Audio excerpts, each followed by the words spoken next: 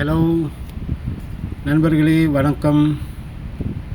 Sorry, ரொம்ப நாள் எனக்கு ஒரு வீடியோ போட்டுக்கொள்ள முடியாமல் போயிட்டுது.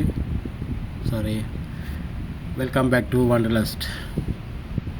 நான் இன்றைக்கி உங்களுக்கு காட்ட போகிறது என்னென்னா, light goes fishing. Light goes ஃபிஷிங்ன்றது சில நாடுகளில் தடை செய்யப்பட்ட ஒரு மீன் பிடிக்கிற ஒரு முறை ஒன்று.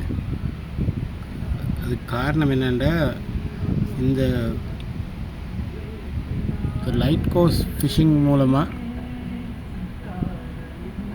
நிறைய சின்ன சின்ன மீன்கள், அதாவது வளர்ந்து வரும் மீன்கள் எல்லாமே அவங்களோட வலைகளில் சிக்கி வாரதுனால அதுக்கு தடை செஞ்சுருக்காங்க நிறைய நாடுகளில்.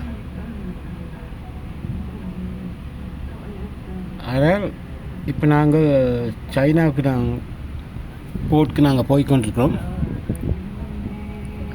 இன்றைக்கி நைட் ஏர்லி மார்னிங் ஆகியக்குள்ளே நாங்கள் போர்ட்டுக்கு நாங்கள் போயிடுவோம். இப்போ நிறைய எங்களுக்கு இந்த ஃபிஷிங் போட்ஸ்களும் இதுகள் நிறைய கிடக்குது, நிறைய இருக்குது. உங்களுக்கு இப்போ பார்க்க இடங்குது. இந்த லைட் எல்லாமே, இந்த லைட் வெளிச்சங்கள் எல்லாமே ஃபிஷிங் போட்ஸ். கொஞ்சம் பிரகாசமாக தெரியுது தானே இந்த லைட்கள், இந்த வெளிச்சங்கள் தெரியுது, பிரகாசமாக தெரியுது. இந்த வெளிச்சங்கள் எல்லாமே இந்த லைட் கோஸ் ஃபிஷிங் மெத்தட்ஸில் எடுக்கிறது. இப்போ எனக்கு இரவு 9 மணி ஆகிடுது. எல்லாமே இந்த லைட் கோஸ் மூலமாக மீன்பிடி தொழிலை செய்கிறவங்கள படகுகள் தான் எல்லாமே இருக்கிறது. ஆனால் இந்த சைனாவில் இது எல்லாமே அப்ரூவ், எல்லாமே அவங்களுக்கு அனுமதி வழங்கியிருக்காங்க. எப்படியா நீ மீனை பிடிச்சு கொண்டு வா, வியாபாரத்தை செய்கின்ற மாதிரி. ஆனால் இன்னமும் தெரியாது, மற்ற நாடுகளில் அநேகமாக எங்களோட நாட்டிலையும் கூட இதெல்லாம் தடை செய்யப்பட்டதுண்டு.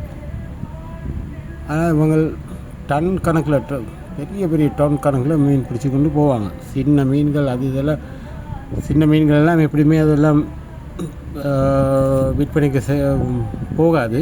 இருந்தாலும் அதெல்லாம் அழிஞ்சு போயிடும். அதனால தான் சில நாடுகளில் தடை செஞ்சுருக்காங்க. இவங்களை அதுக்கெல்லாம் அனுமதி கொடுத்து செஞ்சு கொண்டு போகிறாங்க.